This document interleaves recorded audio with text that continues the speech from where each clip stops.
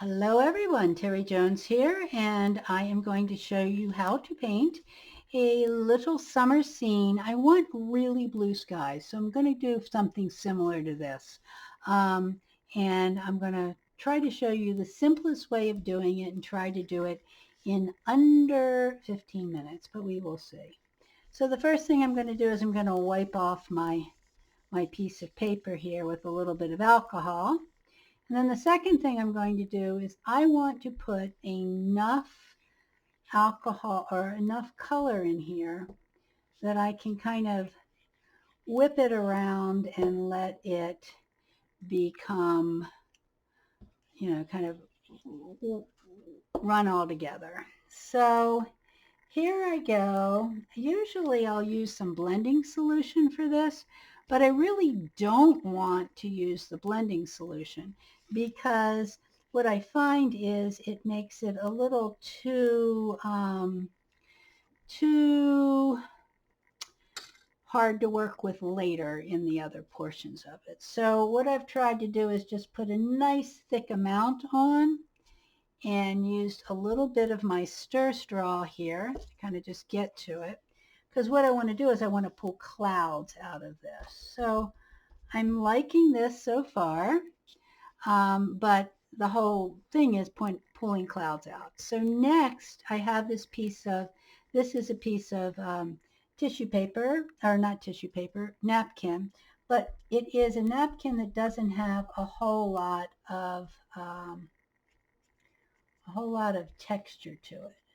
So what I'm trying to do is to make some nice thin clouds as if, that happened in real life. And so while it's still wet, I'm trying to get it in here. And this is not real super wet. So I'm just pulling out some lights. And I want to keep some darks in there too. So I'm pulling out some lights and some darks.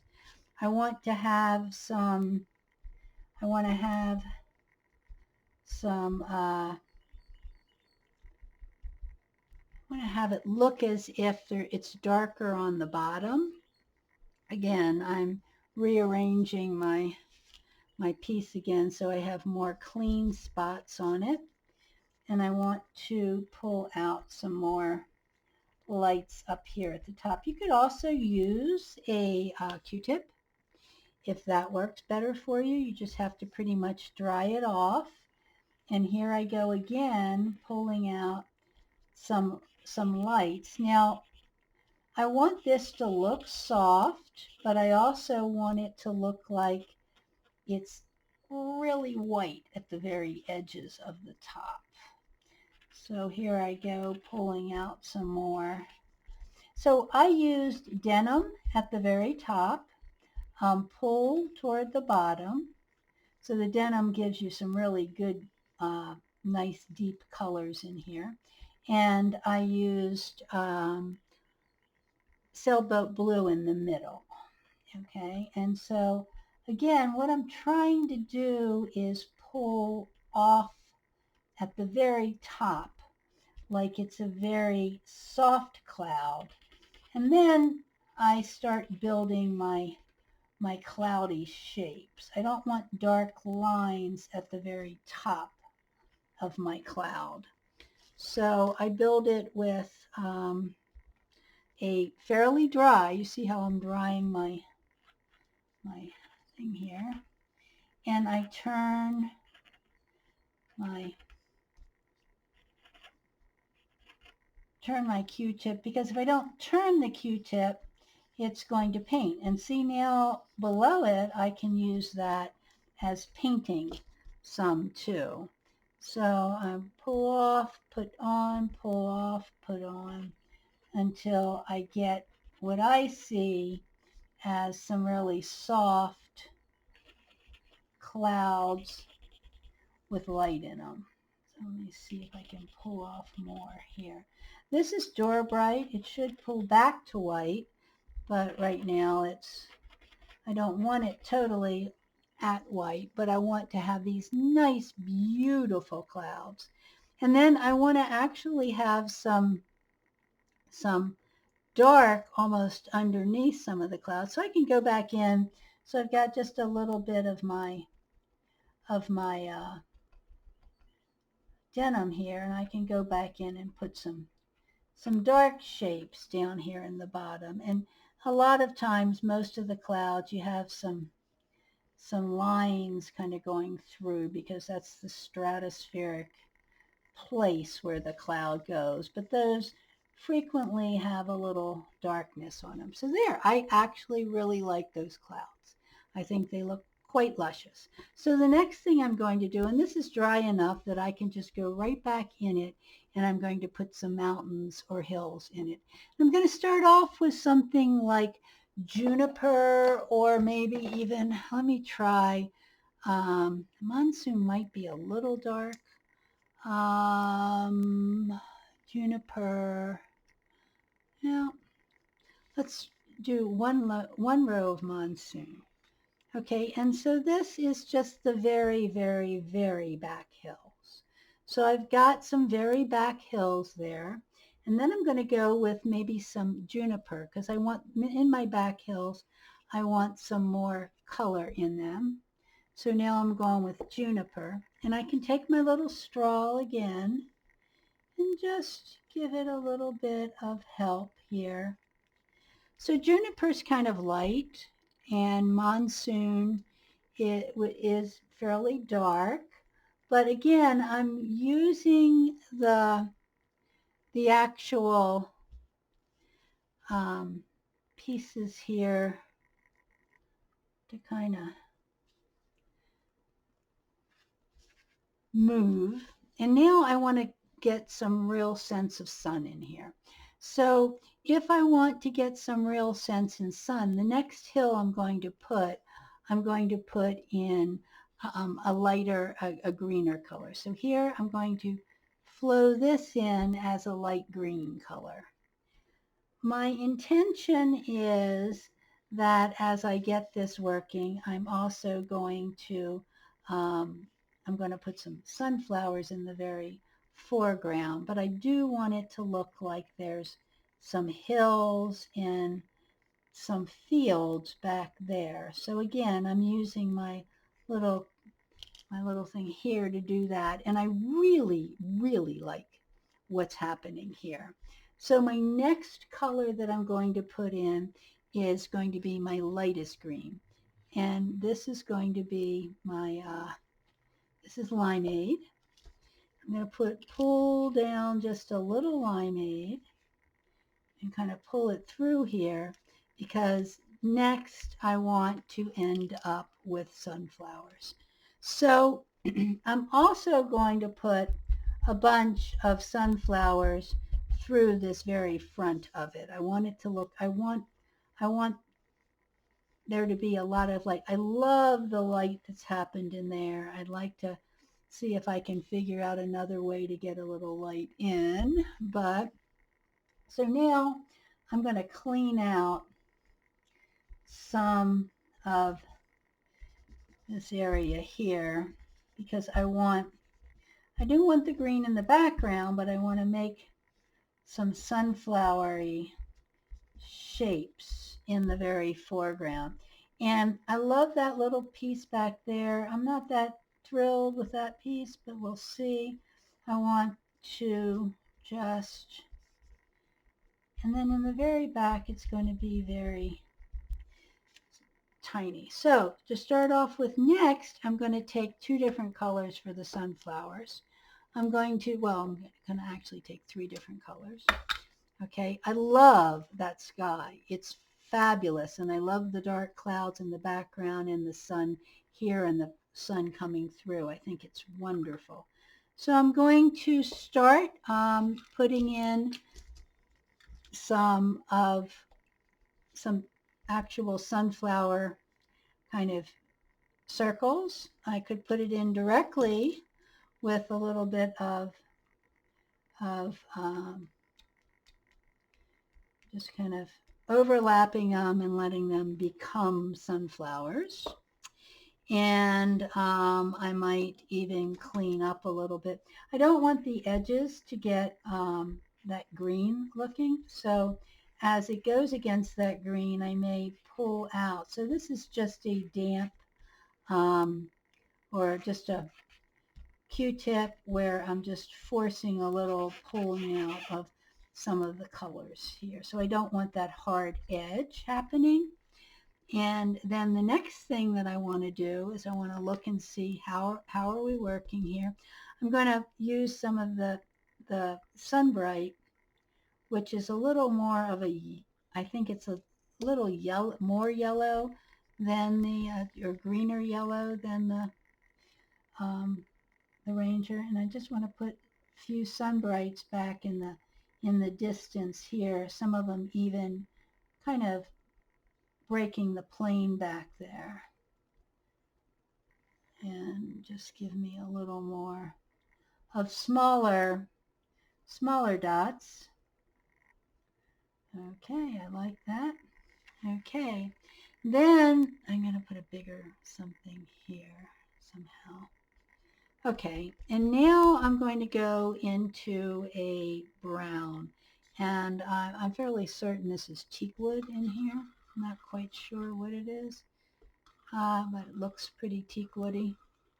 And so I'm going to just start putting some big centers in, kind of big centers, and maybe some of them look smaller and bigger and smaller and bigger and smaller. And there might be a big one right here on the edge. So after I put my big centers in, and I even need to make some centers back here in these little tiny ones, so I can do a whole bunch back here too if I want. Like they go off into the forever land there. There I go. And so now I have to get this working a little better for me. So what I want to do is actually pull out some highlights or make it become a sunflower. So I can pull out some white here, and then suddenly this one here will become, and then just kind of break my thing up there. Let me break this one up here, and then clean it up and pull out some definitely big shapes here. I could also take something like butterscotch or another color and add a different color in. Let's say I wanted to make some a little oranger. I could put some more orange in it, and then work a little bit with this to give it a little more definition. But right now, I think mostly what I'm just going to do is pull out some of this color. Pull out. I like the pull out. This one here needs to be really big. Seems to have gotten pretty big. So here I'm coming and pulling. So as I pull out my color and let the highlights become, as you can see here, it becomes highlighted, and then I might put a little more of the centers in things. I might end up with one of them almost coming totally almost down. Let's see what happens if I just make that one come almost down and then put another something in here. Let's pull some of this one out. Let's make this one really big. Pulling out really big. Going over what I have. So I can work a really long time on my sunflowers. It really depends on how perfect you want to make them look. In the interest of trying to keep this to 15 minutes, I'm not going to spend quite as much time on my sunflowers as I could, but I am kind of giving you the general idea of what happens. But one thing that does happen with sunflowers is they tend to look toward the sun. So my assuming is the sun's over here, it's shining on the clouds over there. I've got the blue sky. It's darker at the top than it is at the bottom. I've got some gray clouds in there. I've got kind of confusion. I mean, they're just nothing but bunches of flowers with lots of little dots and things around them. So that's okay. And so I'm right at 15 minutes. The last thing that I want to do is I want to end up putting some texture in the brown and then softening the brown a little bit in places. I might even take a little bit of a black Sharpie and put some dots in the very center of some of these things. Dots, dots, dots, dots, dots, dots. So one of the things that I really hope that people understand with alcohol inks is that they can be very, very loose and free. And it's not that difficult to get some really gorgeous effects here. I'm going to put some more darker green in a few places in here because I think we might have some leaves coming in places. Let's put some dark green in here and just put a little dark green in here. I don't know what that is over there, but let's make it another